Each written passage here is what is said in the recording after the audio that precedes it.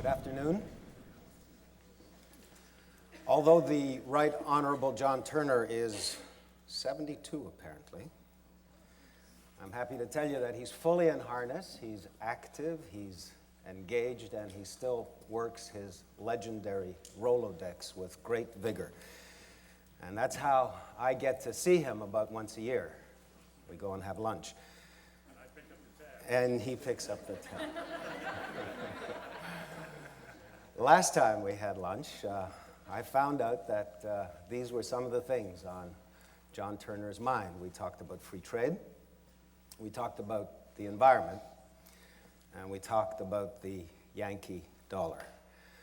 If John, you'd come up here, we'll find out what's on your mind today. Ladies and gentlemen, the Right Honorable John Turner.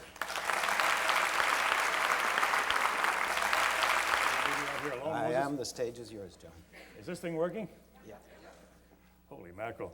The only problem with all these lights, I can't see you, and you can see me only too well. I like seeing you because I like to know what the reactions is going to be.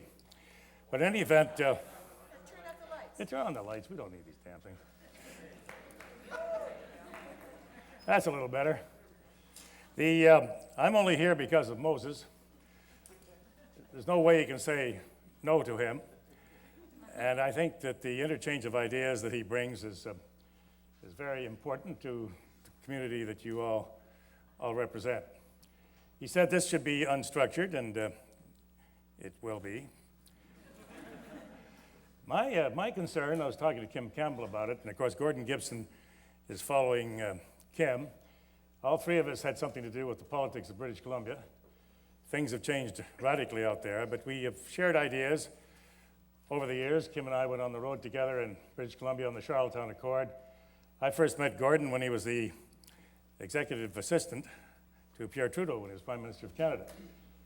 So when Gordon later gives you this little country boy stuff, don't totally believe him. He knows the system as well as anybody, and we share a lot of ideas. I am concerned today that we don't have enough sessions, Moses, like this. There's not enough public debate in Canada. There's no debate in Parliament. There's little debate in the universities and academia. The media aren't that hot either. I see Michael Bate from Frank Magazine is going to follow us today. That'll be instructive. And I just want to assure Michael that despite what his editors think, this is a coffee, not a glass of scotch.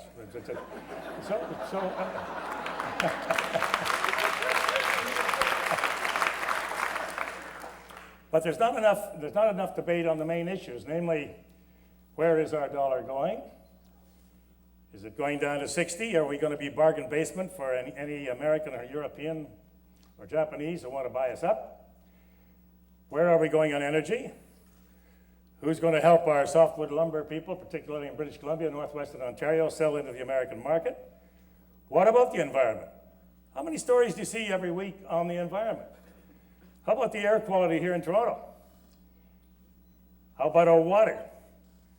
The Americans still consider water to be part of that free trade agreement. I keep watching the Chicago diversion. The Chicago diversion is right by Chicago on Lake Michigan, and they're entitled to take so much water out of the Great Lakes and divert it into the Mississippi-Missouri system. I watch those numbers every day. Because the Americans are thirsty for water, desperately thirsty for water, and thirsty for power. Anyway, I believe in trade. I believe in free trade. I just said we don't have a free trade agreement. The Congress of the United States abandoned no jurisdiction whatsoever. And so when I was down at the Canadian Club at the Royal York last week, 2 weeks ago, thanking our new ambassador to Washington, who's a real pro, a guy called Michael Kurgan, I said, I know you have to say what your bosses want to say, but when you're communicating to them, tell them, and tell the president, and tell Vice President Cheney, hey, you want our energy? Take our lumber. Free trade, isn't it? What a joke. In any event, what I'm concerned about is that we don't have the debate on the issues that we should have in Canada. There's a lack of public discussion. It's if we as Canadians were taking ourselves for granted. And yet that recent poll in the National Post said that over 50% of us feel we're not going to have an independent country in 10 years. Wow. So What I'm glad to see, Moses, is I'm not talking to a bunch of contemporaries. I'm talking to a lot of young people out here. And I'm encouraged about that because it's going to be your generation that's going to rescue us. And there got to be some good young men and women volunteer for public service at the municipal level, school board level, city level, provincial level. I had dinner last night with two former premiers, Bob Ray and David Peterson. They share my view about this. And the federal level. We need a whole new generation for all the political parties. Now, I know it's tough. The media scrutiny into private lives is a lot tougher than it was when I was there, thank God. As a matter of fact, one press gallery dinner, Al Fotheringham was saying, John, let's come clean with what we do after hours around here. I said, look, Fotheringham, you and Windsor and Bill Wilson and Craig Oliver, I got more on you guys than you got on me, which is why you've laid off me for 25 years. Off the record used to be an honorable term. We used to be able to share ideas with the media and not have to report it, to try to develop those ideas. But I'm saying in the media and the universities, in public life, particularly in Canada at all levels, we need the best and the brightest. Media intrusion is tough. Nobody's a saint. The financial sacrifices are there. I'm lucky because I do have somewhat of a national reputation. I have represented 3 members of parliament, three provinces in the House of Commons. And I've been lucky coming out twice. But most of my colleagues from all political parties, when they're defeated or resign, have a terrible time, and Kim will agree with me, have a terrible time getting reinstated. Kim's had no trouble. She was a prime minister. She looks great. She's down there in Los Angeles, movie stars and all that sort of stuff, but but there's not much. The average member of parliament or the legislature has a very difficult time getting reinstated. But all the bright young people I know, including my 3 boys here and my daughter in New York, they're all making obscene amounts of money compared to what I made at their age. They're all on Bay Street, having a good time, living well, good vacations, but at this stage, no one is putting anything back into Canada. So that's my message. And by the way, that phrase, the best and the brightest, is not my phrase. It's not David Halberstam's phrase either. David Halberstam, whom I know, wrote a bestseller, The Best and the Brightest. He never gave credit to the first person to use that term. That was Bobby Kennedy. And how do I know? Bobby and I had known each other since the late 50s and early 60s. I was part of that Hyannisport touch football stuff down in Massachusetts. And by the way, all I did was block and catch passes because only the Kennedys were quarterbacks in that particular operation. But I got to know the 3 Kennedy brothers, the president, Bobby, later Attorney General, and Teddy, whom I still see from time to time. Bobby decided to run for the presidency of the United States, and I thought he was a sensational candidate. I thought he'd be even better than his brother.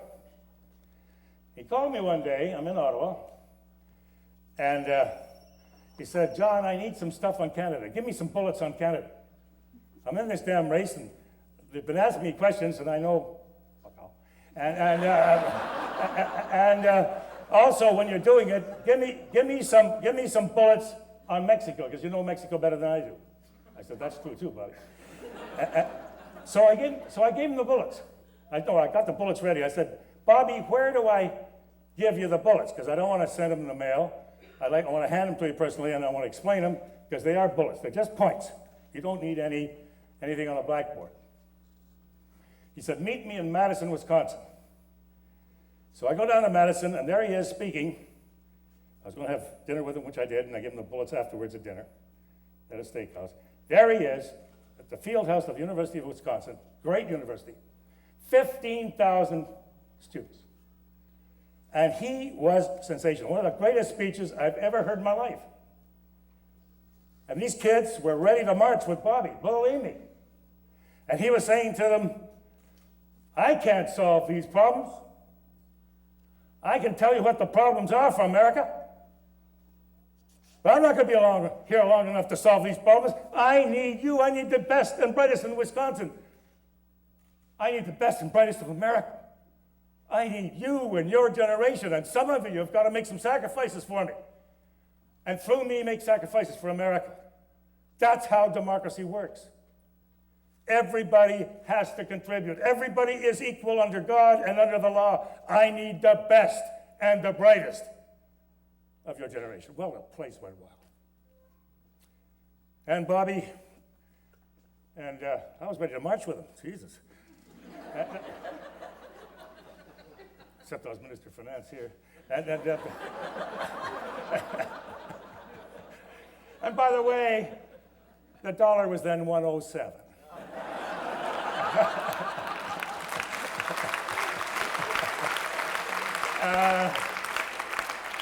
Anyway, we went to the steakhouse. I gave him the bullets. And 2 weeks later, he was assassinated. And I was a pallbearer at his funeral. The worst moment of my life. So I'm just giving you Bobby Kennedy's words, which I brought back here as one who was in that field house with 15,000 young Americans, and none of us there will ever forget it.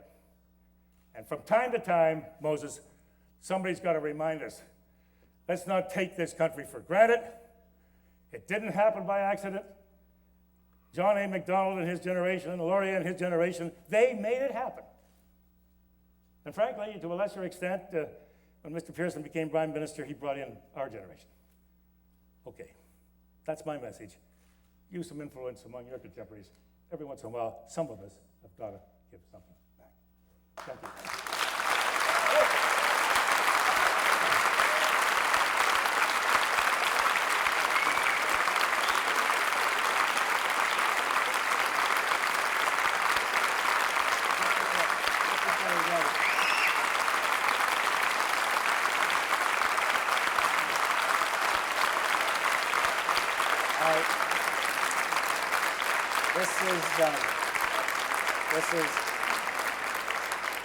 This is splendid, and I can tell from your reaction that you feel, as I do, that I would march with John Turner. And with all the speculation in the press about an upcoming change in the leadership of the Liberal Party, I think we might start today here a draft John Turner movement. Thanks so much, John. Okay, thank you. Bye-bye. Thanks very much.